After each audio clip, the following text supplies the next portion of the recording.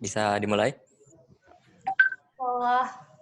Insyaallah. Coba dicek sound dulu. Farel, Hadir. Yusuf Ali, Hadir, Ustaz. Hasna Soliha, Hadiroh. Lutfia. Hadir. Alhamdulillah. Sudah masuk semuanya suaranya.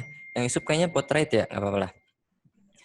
Oke, bismillahirrahmanirrahim. Assalamualaikum warahmatullahi wabarakatuh.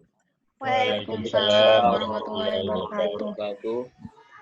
Alhamdulillahirrabbilalamin. Assalatu wassalamu ala asrafil anbiya wal mursalin wa ala alihi wa sahbihi ajma'in amma ba'du.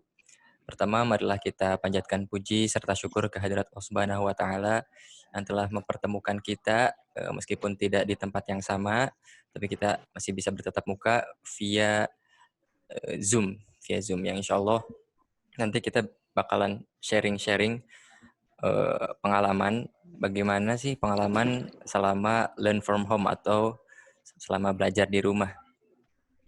Salawat serta salam semoga selalu tercurah limpahkan kepada Habibana wa Nabiyana Muhammad sallallahu alaihi wasallam, pada keluarganya, sahabatnya, serta tabi'in tabi'atnya hingga akhir zaman. Amin ya rabbal alamin. Ya, perkenalkan di sini Ane Jundi Al-Faruq, insyaallah sebagai host yang akan memandu acara bincang-bincang ini dari awal sampai akhir. Terima kasih kepada hadirin, partisipan sudah ada 22 orang. Alhamdulillah. Selamat sore semuanya. Mungkin nanti ketika ada partisipan yang baru masuk, langsung disuruh untuk mute ya. Kalau antum lagi jadi pembicara, langsung suruh mute supaya fokus ke antum nantinya. Oke, mungkin kita mulai dari Pak Ketua OSIS, Ketua OSDQ dulu nih. Akfarel, coba dong diceritain gimana sih suka duka menjalankan learn from home kemarin selama Maret, April, Mei. Suka dukanya apa aja tuh? Suka dukanya ya. Kalau maaf sebelumnya perkenalkan nama Ana yang belum tahu, nama Ana Alfarel sebagai Ketua SDGM Putra periode 2019-2020. Untuk pertanyaan tadi, suka dukanya belajar di rumah itu, untuk sukanya ya, Tat, lebih mudah dengan memakai handphone sih kalau menurut Ana. Kayak misalnya kalau nggak tahu hasil di buku nggak ada, bisa lewat Google atau bisa memakai aplikasi-aplikasi yang menunjang untuk belajar. Untuk dukanya, yang namanya kita pesantren, pasti di rumah itu bakal terasa seperti liburan, Sat. Kadang-kadang ya kalau belajar pastinya ada namanya males. Terus kadang main HP-nya terlalu banyak, jadi nggak belajar itu jadi nggak kondusif gitu, Sat. Iya. Itu dari Ana. Kalau menurut Farel lebih enak belajar di rumah apa di pesantren sih sebenarnya? Pastinya di pesantren, Sat. Lebih enak di pesantren ya? Iya. Karena suasananya lebih kondusif mungkin ya? Ya, lebih kondusif, teratur, teman-teman juga. Oke. Itu dari Ketua OSDQ Putra. Kita beralih ke Ketua OSDQ Putri ini. Bu Lutfia ya. Bisa diceritain nggak gimana suka duka selama program Learn from Home? Suka dukanya. Ya, sebelumnya Assalamualaikum warahmatullahi wabarakatuh. Waalaikumsalam warahmatullahi wabarakatuh. Waalaikumsalam. Dari perwakilan OSDQ Putri. Jadi kalau saya itu sukanya di rumah karena banyak waktu luang. Kalau di pesantren itu banyak waktu-waktu kita yang disita buat hal-hal lain selain belajar. Nah, kalau di rumah tuh misal piket atau lain-lain lah, misalnya kayak gitu. Nah, kalau untuk dukanya di rumah itu kita jauh dari ustazah-ustazah yang ngajar pelajaran di pesantren. Jadi kalau kita mau nanya tuh nggak bisa langsung. Itu dukanya ya. Misalnya. kita bingung sama suatu pelajaran, kita bisa langsung nyamperin ustazahnya gitu. Menurut Lutfia lebih enak belajar di rumah apa di pesantren? Di pesantren. Lebih enak di pesantren ya? Ya. Oke, mohon itu yang baru gabung audionya ya, supaya bisa terfokus ke narasumber. Oke, divisi bahasa Putra, Yusuf Fali. Gimana nih kesan suka duka belajar di rumah? Ya, sebelumnya Assalamualaikum warahmatullahi wabarakatuh. Waalaikumsalam warahmatullahi wabarakatuh. Waalaikumsalam warahmatullahi wabarakatuh. Perkenalkan wakil bahasa SDKM 2019-2020. Saya Yusuf Ali.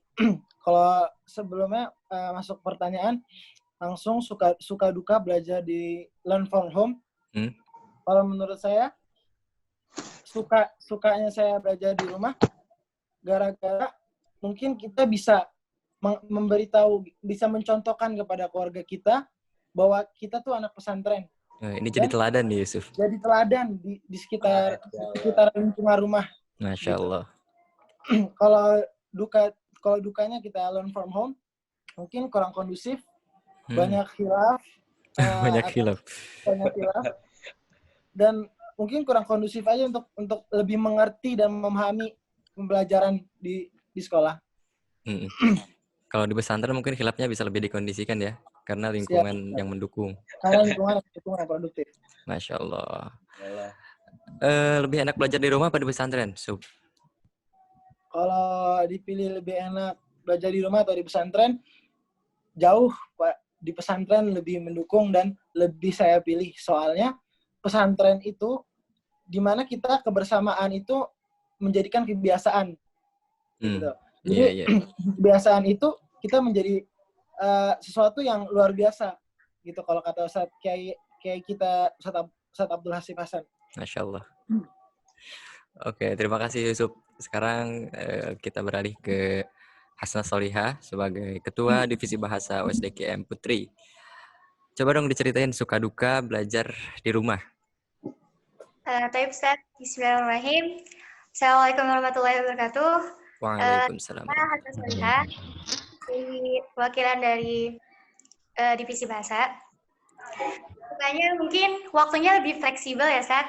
Jadi kita belajar tuh bisa santai, bisa sambil makan, mungkin bisa sambil baring gitu kan. Terus juga adanya internet di rumah memudahkan kita, para santri, untuk menyelesaikan tugas-tugas yang diberikan oleh sekolah. Kalau dukanya di rumah tuh, pembelajaran di rumah, tugas tuh kelihatannya lebih menumpuk. Karena kita tuh harus memahami dan mempelajari materi secara mandiri, tanpa nggak langsung tatap muka sama Ustadz dan Ustazah. Itu dukanya ya? Iya. Oke. Dari seluruh narasumber ada sukanya, ada dukanya. Sekarang Ustadz pengen nanya nih, pada kangen nggak sih sama Deki, sama pesantren? Farel kangen nggak? Coba dong ceritain hal apa yang paling dikangenin dari Deki menurut Farel dulu. Hal yang menurut anak kangen di Deki itu pastinya teman-teman ya. Kita apa-apa bareng, kalau aku juga bareng, sholat juga pastinya berjamaah. Terus di kamar, kalau waktu senggang pastinya kita ngobrol, bisa cerita, mau nggak belajar bersama. Itu sih ya, karena kebersamaan itu yang membuat anak tuh kangen ke Deki itu. Masya Allah. Kangen teman-teman berarti ya? Siap. Oke. Menurut Lutfia, hal apa yang bikin kangen dari Deki itu? Kalau menurut saya, yang paling ngangenin itu suasananya. Apanya? Jadi suasana. Oh, suasananya. Jadi suasana saya, teman-teman, suasana pesantren, itu yang paling bikin saya semangat di sana. Makanya itu yang paling membekas, paling kerasa kangennya tuh di situ. Karena itu yang gak bakal didapetin di rumah. Gitu. Kalau Yusuf, menurut Yusuf, hal yang paling dikangenin dari Deki apa tuh? Kalau menurut saya sendiri, hal yang paling dikangenin saat kalau di Deki itu perbedaan. Jadi kita ini pesantren yang dimana SMA di luar tidak ada macam-macam kayak gini. Misalnya ada yang dari luar daerah dan bisa sharing kita bagaimana perkembangan Islam di sana atau seperti apa. Terus kangen lagi mungkin olahraga bareng, dan kita masih ada waktu luang untuk gimana kita ta'zim kepada guru-guru kita. Gimana guru-guru kita bisa bangga punya murid kayak kita gitu loh, Tat. Jadi bangga banget sih. Bangga gitu. Kita harus membanggakan guru-guru kita. Yang kita cari adalah keberkahan dari seorang guru. Betul. Masya Allah. Menurut Hasna Solihah, coba hal apa yang paling bikin kangen dari Deki? Mungkin hampir sama ya, Ustaz, sama teman-teman. Intinya tuh kebersamaan setiap rutinitas kita bareng-bareng teman-teman. Karena kita setiap hari aktivitas tuh bareng-bareng kan. Nah, di rumah tuh sendiri. Jadi emang bener apa kata Lutfiah tadi, jadi nggak bisa didapetin maksudnya kebersamaan ya bareng teman-teman di rumah. Jawabannya seragam ya, semuanya bilang kangen ke Deki. Meskipun alasan kangennya beda-beda. Yang kangen suasananya, kangen teman-temannya, kangen olahraga. Ya, Masya Allah jawabannya. Kita kan sudah memulai learn from home ini dari semenjak Maret atau April ya? Dari April. Maret. Mungkin April awal. Mungkin kondisi tiap orang kan beda-beda ya, dengan media yang berbeda, atau mungkin dengan fasilitas berbeda, kondisi yang berbeda-beda juga. Boleh diceritain nggak, ada nggak sih kendala dalam proses pembelajaran jarak jauh atau learn from home ini? Ustadz pengen dengar pertama dari Hasna Solihah. Kendalanya ya pasti lingkungan, Ustaz. Jadi di rumah tuh banyak banget godaannya pasti. Contohnya lingkungan yang kurang kondusif. Jadi misalnya nih, gak ada tuh yang macu kita buat semangat belajar. Kan kalau di pesantren, fasilitas keluarnya tuh kerasa banget ya. Maksudnya dengan cara kita ngeliat teman-teman yang lain, jadi kita timbul semangatnya. Gitu, kendalanya sih di lingkungan aja. Lingkungan sebagai penyemangat yang gak ada di rumah ya? Ya, fasilitas keluarnya kurang kerasa. Masya Allah. Coba jawaban dari Lutfiah. Kendala saat proses learn from home, apa yang dialami oleh Lutfiah? Ya, kalau saya kurang lebih sama kayak Hasna, tapi ada tambahan sedikit, sinyal sama sebenarnya ustazahnya. Kadang kita butuh buat menghubungi ustazahnya, tapi jadwal aktif kita sama ustazah itu berbeda. Oh, perbedaan jadwalnya ya? Ya. Oh iya. Mungkin nanti ke depannya bisa lebih disesuaikan lagi antara jadwal kita dengan jadwal ustazah. Memang kesibukan tiap orang kan beda-beda ya. Oke. Kalau menurut Yusuf Falih, hal apa yang jadi kendala ketika proses learn from home? Kalau dari saya, Ustaz, kayaknya semua rata-rata atau kendala kita belajar di rumah itu hampir sama semua, Ustaz. Mungkin dari lingkungan yang kurang produktif, tapi dari orang tua yang istilahnya kadang-kadang suka lupa mengingatkan kita untuk belajar gitu, Ustaz. Iya. Jadi ya itu, Ustaz, lingkungan yang kurang produktif. Itu aja sih menurut saya udah cukup. Lingkungan jadi kendala ya. Iya, Ustaz. Kalau menurut Farel, hal apa yang menjadi kendala dalam proses belajar di rumah? Kalau untuk anak sendiri, nggak jauh beda teman-teman. Yang pastinya lingkungan, kan di rumah kadang nggak suka kondusif. Dan juga kalau belajar dengan melalui via Telegram ya, kalau kita ya di sekolah gini. Ya, Telegram. Agak sulit ya. Kalau di sekolah kan kita benar-benar sama di kelas itu ustazahnya atau ustadznya mengajar dengan papan tulis. Terus kalau misalnya matematika dengan rumus-rumus yang memang sesuai dengan kita bertahap gitu. Kalau di pesantren ini kan kalau di rumah melewati komunikasi itu kadang suka nggak begitu, anak sendiri aja nggak nyambung kadang, karena nggak ada kayak video beda. Mungkin ada beberapa ustazah yang ngirim video untuk kita belajar lebih mudah itu sih kalau Ana. Lebih sulit memahami karena tidak secara Iya, langsung lebih gitu ya. memahami, iya. Oke. Ustaz pengen denger nih. Kita kan belajar learn from home itu bisa dibilang istilah baru ya, yang nggak pernah kita lakukan sebelumnya. Kalau sebelumnya kan tatap muka lah gitu, atau ada suasana yang berbeda gitu. Boleh diceritain nggak tips ketika males, tips ketika belajar itu terasa membosankan gitu, karena mungkin terlalu sering di rumah lah, suasananya gitu-gitu aja. Ada nggak tips biar selalu semangat menimba ilmu walau di rumah? Ustadz pengen dengar dari Yusuf Fali. Kalau tips menurut saya, Zat, kita kan di rumah istilahnya bisa lebih luas untuk mencari ilmu selain ilmu-ilmu yang ada di pesantren gitu, Zat. Jadi kadang tips-tips yang saya akan berikan sekarang ini kemungkinan agak relatif, Zat. Jadi kadang-kadang kita ada talent atau semacam bakat yang kadang-kadang terpendam Zat, di rumah.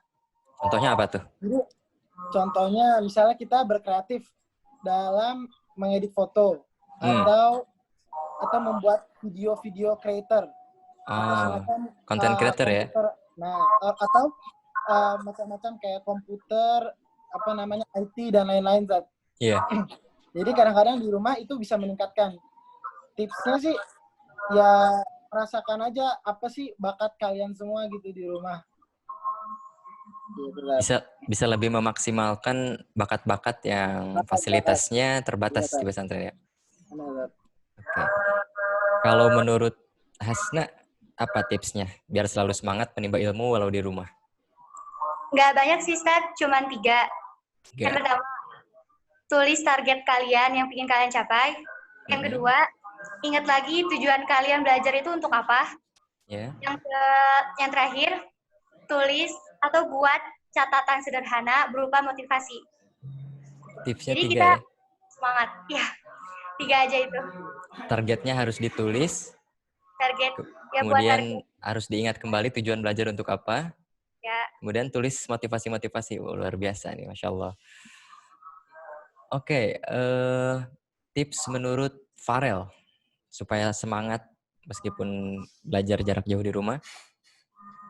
Tips Ana ada 2. Yang pertama, kita harus bisa memanage waktu.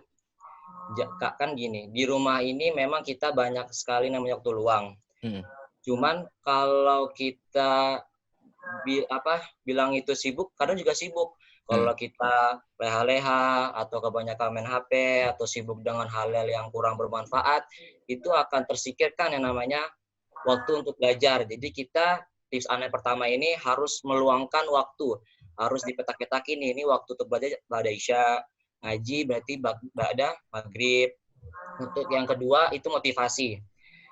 Nah, motivasi itu beda, misalnya gini, kalau Ana sendiri ingin berpolitik ya, berarti Ana di sini baca buku-buku yang berpolitik, mencari di Google atau internet yang memang mengetahui suatu gimana tentang negara kita itu gimana gitu. Dan juga teman Ana yang memang dia mau kedokteran, jadi dia belajarnya biologi semua, dan itu memang harus punya motivasi. 2 itu aja, Sat. Ada rencana nyalon wali kota, Farel? Setelah menjabat ketua OSIS. Jalur politik ya, Farel, Masya Allah. Ya, insya Allah, Zat. Oke. Kalau tips dari Lutfia seperti apa tuh? Ya, kalau dari saya, kurang lebih sama kayak yang lainnya. Tapi buat semuanya, harus ingat satu hal. Apa tuh? Kalau apa yang kita lakukan itu, semuanya semata-mata karena Allah. Nah, kalau udah inget itu, insya Allah semua yang kita lakuin itu, kita nggak bakal bosen. Meluruskan niat harus hanya untuk Allah gitu ya? Iya. Iya, betul. Karena emang kalau niat selain Allah kadang pertama mudah bosen, kedua capek ya? Benar banget. Luar biasa nih tips dari teman-teman Farel, Yusuf Fali, Hasna Solihah, dan Lutfia.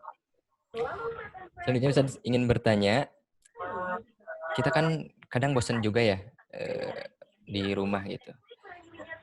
hal apa yang biasa antum lakuin untuk mengatasi rasa bosan itu selain belajar ya? Selain belajar. Kalau belajar kan tadi udah kita bahas. Misalkan ada yang apa gitu menyalurkan hobinya, macam-macam kan. Coba dari Farel.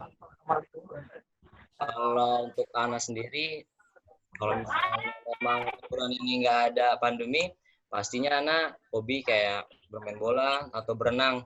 Cuman karena kita karantina di rumah aja, ya selain belajar itu yang pastinya bermain ada pasti. Kenapa? Ada suara masuk. Hah? Dan Gede itu mah. selain belajar itu mengaji, saat paling bagus itu mengaji. Masya Allah. Hiburan kita ini. Apa kabar tuh mengajinya? Masih pada istiqomah? Bisa, salah. Masya Allah. Oke, dari Yusuf Fali, hal apa yang biasa dilakuin selain belajar untuk mengisi kekosongan atau kegabutan gitu di rumah? Ya, kembali lagi tadi yang saya ngomong yang ke tips yang kelima, mungkin mirip-mirip Tat. Tips saat kita ngerasa bosan di rumah selain belajar, kita sebagai santri harus ya mempunyai wawasan yang luas gitu Tat. Nah, mungkin salah satunya itu yang paling penting untuk mengatasi bosan di rumah itu membaca buku Tat. Membaca buku yang bermanfaat atau motivasi-motivasi lain seperti buku-buku Saad bin Somad atau Hidayat atau Salim Afilah dan lain-lain. Dan kita merasa tips yang kedua mengatasi rasa bosan di rumah dan mengasah apa yang kita suka. Jadi kadang orang-orang yang istilahnya mempelajari keseluruhan dari pembelajaran, dia tidak bisa mengatasi keseluruhannya. Jadi kita ada di mana kita mencintai sesuatu yang harus kita perdalami terus agar menjadi sebuah bakat yang tidak terpendam gitu Tat. Fokus pada minat dan bakat berarti ya? Setuju Tat. Luar biasa tipsnya nih Yusuf. Tips dari Hasna Solihah. Kalau tips dari aku Ustaz, kan pasti kita punya titik jenuh ya.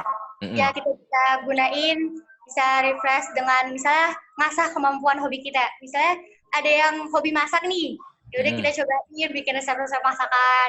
Terus kalau yang hobinya gambar, hobinya nulis, bisa tuangin kreativitas mereka, ikut ajang-ajang lomba secara online. Terus juga bisa ikut seminar. Kan banyak tuh sekarang seminar-seminar online yang bermanfaat bagi kita. Itu dijamin bikin kita nggak bosan di rumah. Hasna tipsnya itu ya. Kalau Lutfiah, tips saat merasa bosan di rumah seperti apa? Jadi kalau menurut saya, sebenarnya sama kayak yang lainnya. Kesimpulannya tuh kita lakukan hal-hal yang mengembangkan diri kita. Kayak misalnya kalau kita kan sekarang lagi di rumah aja nih, ikutin lomba-lomba yang sesuai dengan hobi kita misalnya, atau enggak bakat-bakat kita yang kita punya, kita ikutin selama kita masih punya waktu-waktu luang di rumah. Misalnya itu. Terus ingat kalau misalnya selama kita hidup itu, kita nggak akan pernah berhenti belajar. Jadi jangan pernah bosan belajar. Luar biasa tuh. Jadi selain belajar juga, kita harus mendalami apa minat dan bakat kita ya. Selain mendalami minat dan bakat, kita juga harus show up ke publik bahwa kita tuh bisa loh. Salah satunya tuh dengan cara mengikuti lomba seperti apa yang tadi Hasna bilang. Mungkin untuk sharing sore ini Ustaz cukupkan sekian. Cuman Ustaz minta terakhir satu orang memberikan satu pesan yang antum rasa teman-teman sekalian ini harus dengar pesan itu. Boleh satu kalimat, boleh beberapa kalimat juga boleh. Pokoknya pesan-pesan terakhir sebelum ditutup nih. Pertama dari Yusuf dulu deh. Pesan-pesan sebelum ditutup, Yusuf. Ya, pesan saya untuk teman-teman pesantren, teman-teman saya yang lain atau keluarga Darul Quran Mulia. Jadi pesan saya sebagai santri kita harus mencontohkan kepada masyarakat atau ke keluarga kita apa yang seharusnya santri lakukan atau mencontohkan kepada yang lain yang benar. Jadi santri itu beda sama yang namanya siswa-siswa yang di luar sana yang istilahnya kita bisa sebut akhlaknya mungkin kurang. Nah, di pesantren ini kita diajarkan yang namanya akhlak, yang dimana kita bisa memberi contoh kepada keluarga kita, kepada sepupu kita yang mungkin tidak pesantren, bahwa dia tuh akan tertarik sama yang namanya pesantren. Jadi santri harus punya ciri khas ya. Ciri khas, namanya ciri khas. Dan jangan lupa kelebihan santri atau kelebihan orang pesantren, yaitu bisa menghargai, menghormati, dan lebih beradab kepada guru-guru. Masya Allah, luar biasa. Semoga teman-teman yang lain bisa mencermati tadi apa yang dibilang sama Yusuf ya. Bagus banget tuh pesannya. Kemudian pesan terakhir dari Hasna Solihah, coba. Sedikit aja sih Ustadz. Pokoknya buat teman-teman semua tetap produktif walau di rumah aja. Ingat, la yastati'ul ilmi bi rahatil jismi. Tidak ada ilmu yang dicapai dengan badan yang bersantai-santai. Jadi tetap semangat. Pokoknya keep spirit, itu aja sih Ustaz. Oke, tetap semangat ya. Luar biasa. Terima kasih. Tips dari Lutfiah. Kok tips sih? Pesan-pesan terakhir sebelum ditutup dari Lutfiah. Lakukan semua hal dengan ikhlas lillahi ta'ala. Dan semangat ujian tahfiz. Wah, luar biasa ini pesannya ya. Semangat ujian tahfiz buat semuanya. Mungkin yang sebelumnya yang merasa terbebani gitu dengan ujian tahfiz, harus kembali semangat ya. Harus kembali semangat. Terakhir coba pesan sebelum ditutup dari Farel. Pesan Ana ya. Kan yang merasakan pandemi ini atau karantina ini pasti semua orang merasakan, semua negara merasakan, tapi dengan adanya karantina ini akan keluar dengan berbagai keadaan setiap manusianya. Contoh pertama, ada yang memang menghafalkan Quran 4-5 kali, menghafal hadis, melaksanakan sunnah-sunnah Rasul, maupun ibadah yang lain. Banding terbalik dengan yang kedua itu ada yang sudah menamatkan serial drama Korea atau film-film lain, menamatkan buku-buku komik, dan ada juga yang sibuk menonton berita dan mengkritik kesalahan pemerintah. Mereka semua memiliki waktu yang sama, waktu luang yang sama, nggak ada yang beda. Yang membedakan hanya ilmu, iman, dan semangat mereka. Itu kalau Ana. Luar biasa pesannya Farel. Oke, terima kasih teman-teman semuanya atas sharing sore kali ini. Tadi kita sudah mendengar ada suka duka belajar di rumah, kemudian pada kangen ke pesantren semuanya, kemudian ada apa aja sih kendala di rumah, bagaimana cara menghandle-nya. Semoga apa yang tadi kita sharingkan itu bisa menjadi penyemangat untuk kedepannya bagi Ane terutama dan khusus umumnya buat teman-teman semuanya. Ada lagi yang mau disampaikan sebelum ditutup? Cukup? Cukup lah, Cukup. Alhamdulillah. Oke, Ane ucapkan terima kasih kepada teman-teman dari OSDKM yang sudah mau bergabung dan ikut berpartisipasi. Dan Ane ucapkan juga terima kasih kepada partisipan yang sudah sabar mendengarkan, sharing-sharing. Tadi ada sekitar 37 sampai 40-an partisipan. Ane ucapkan terima kasih sekali lagi. Kurang lebihnya mohon maaf. Wassalamualaikum warahmatullahi wabarakatuh. Waalaikumsalam warahmatullahi wabarakatuh.